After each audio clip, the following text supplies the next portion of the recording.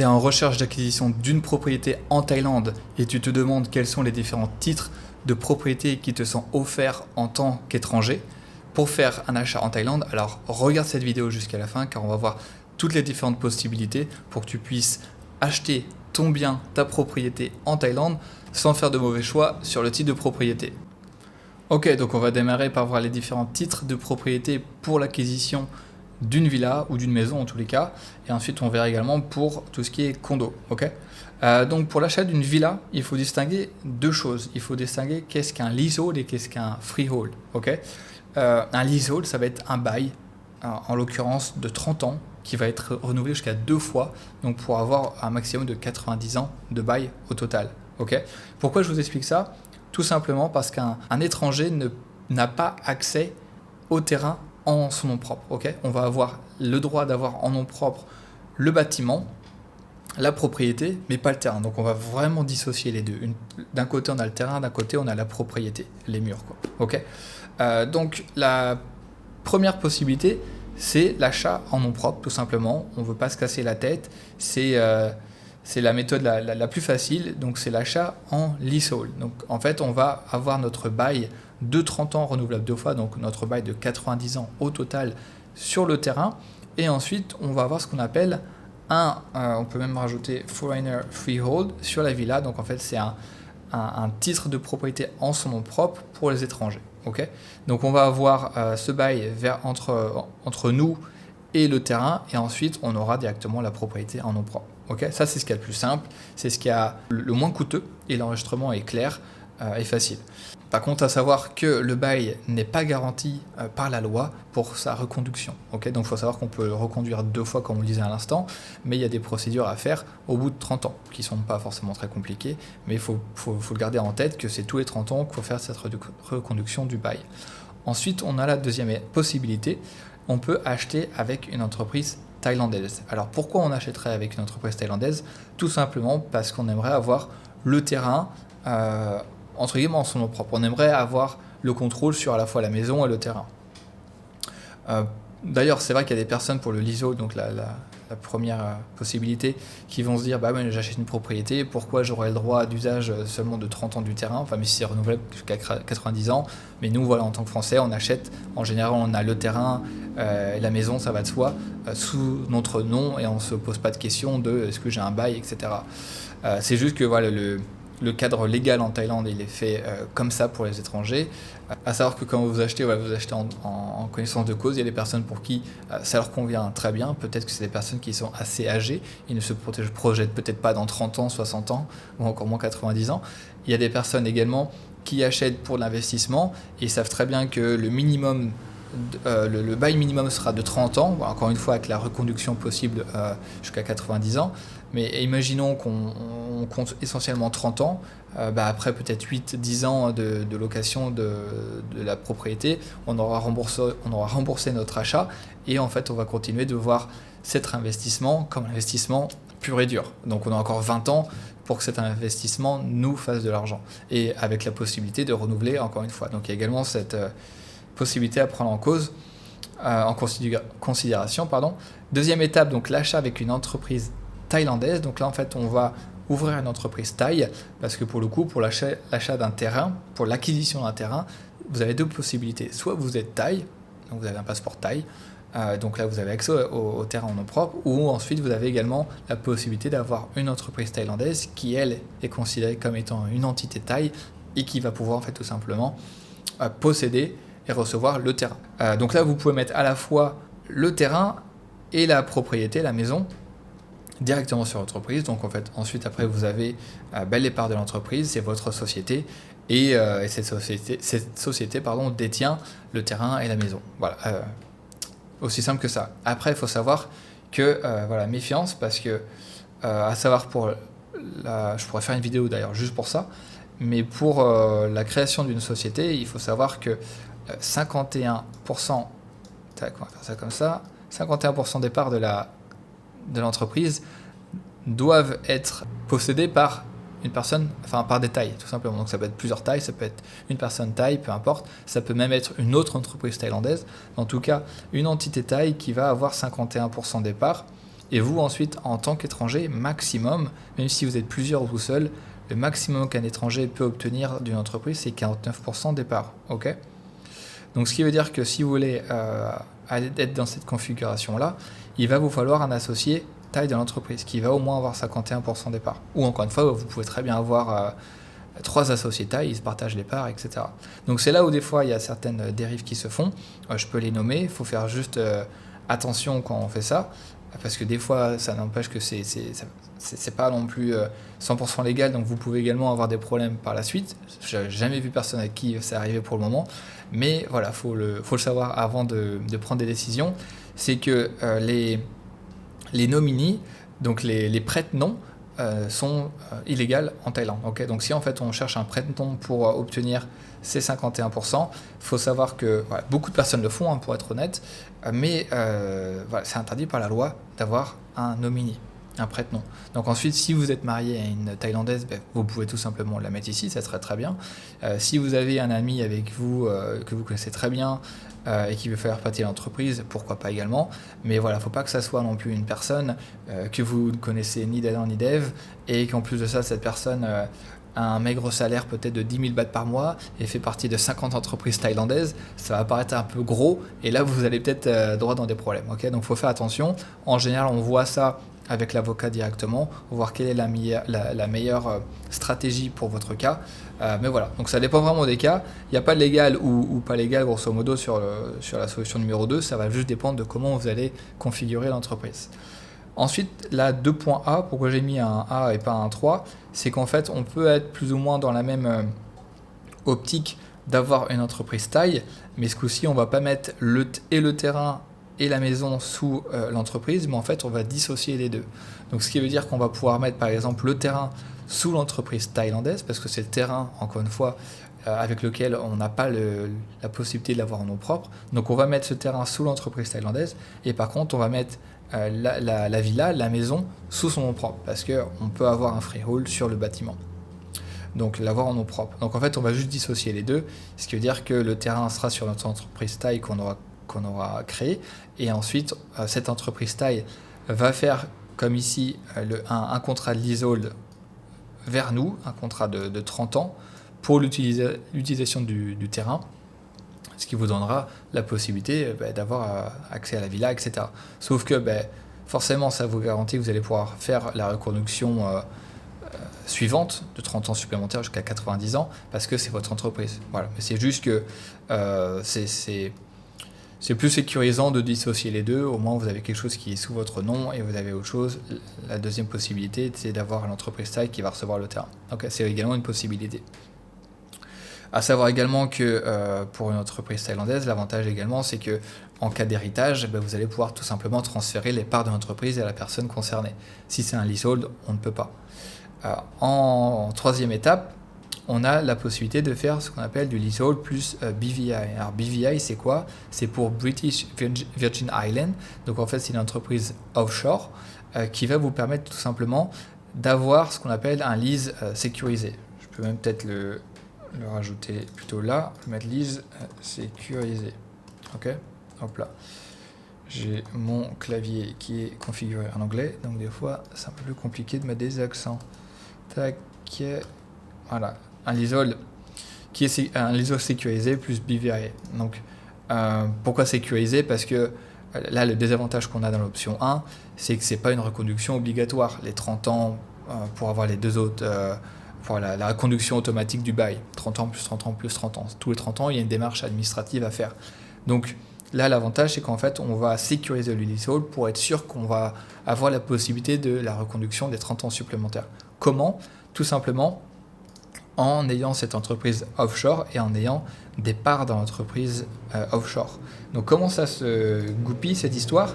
C'est que vous allez avoir, encore une fois, je vais reprendre entreprise taille, je vais prendre ça, tac. En fait, on va avoir d'un côté une entreprise taille et de l'autre côté la BVI et au milieu, en fait, on va avoir le terrain. Ok. Voilà, on va faire ça comme ça. Là, tac.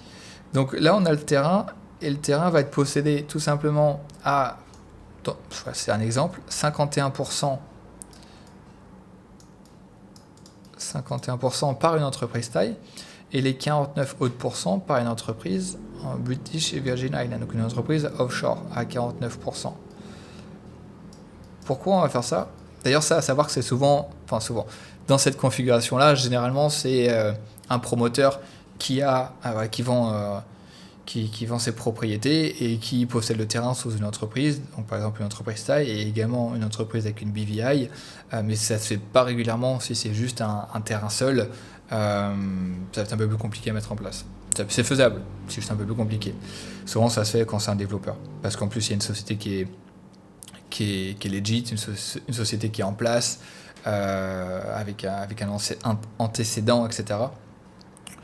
Et donc, en fait, l'avantage, c'est que dans cette entreprise offshore, ce qu'on va faire, ce que le développeur va faire en général, c'est qu'il va vous donner des parts de cette entreprise. Et vu que cette entreprise détient des parts de l'entreprise qui détient le terrain, ça fait que automatiquement, vous êtes sûr que vous allez avoir le renouvellement de votre bail de 30 ans supplémentaires parce que vous faites partie de l'entreprise qui donne son accord. Okay, c'est plus pour ça.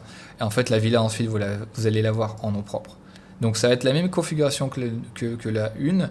Vous aurez un leasehold sur le terrain et le freehold sur la villa. C'est juste que le leasehold que vous allez avoir, il va être fait entre l'entreprise thaïlandaise du développeur et vous, et à savoir que dans l'entreprise thaïlandaise, vous avez également des parts pour la BVI, l'entreprise offshore, dont vous avez des parts, tout simplement.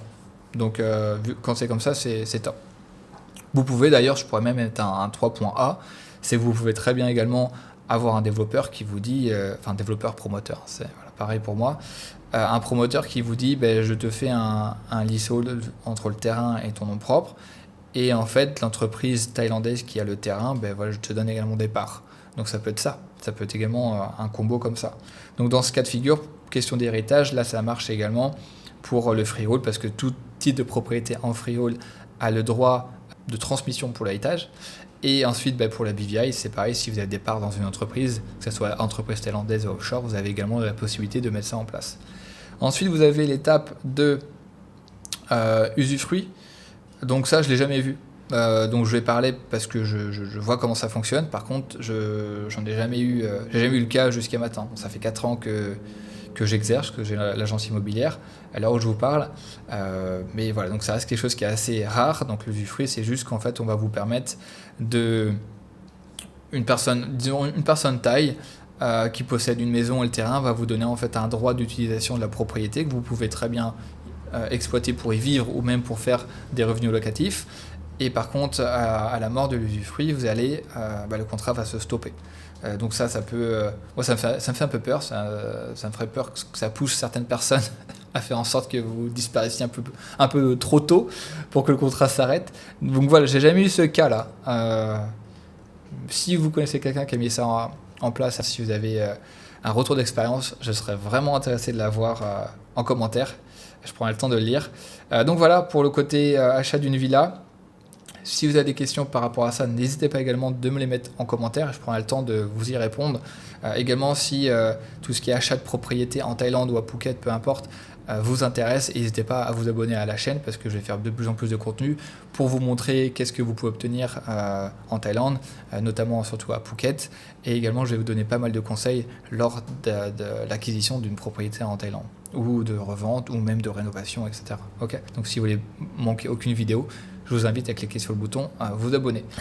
Donc ensuite, l'achat à condo. Comment ça se passe? Je vais mettre là, il faut que je fasse attention parce que je sais que j'ai ma caméra dans ce coin-là. Achat de condo. Je vais bouger ça un peu. Voilà, on est mieux. Donc là, ça va être un peu plus simple, un peu plus rapide. Parce qu'on va voir d'un côté l'achat en nom propre. Comment je vais faire ça? Je vais plutôt faire ça comme ça. On va faire Foreigner Freehold. On va mettre Foreigner Leasehold.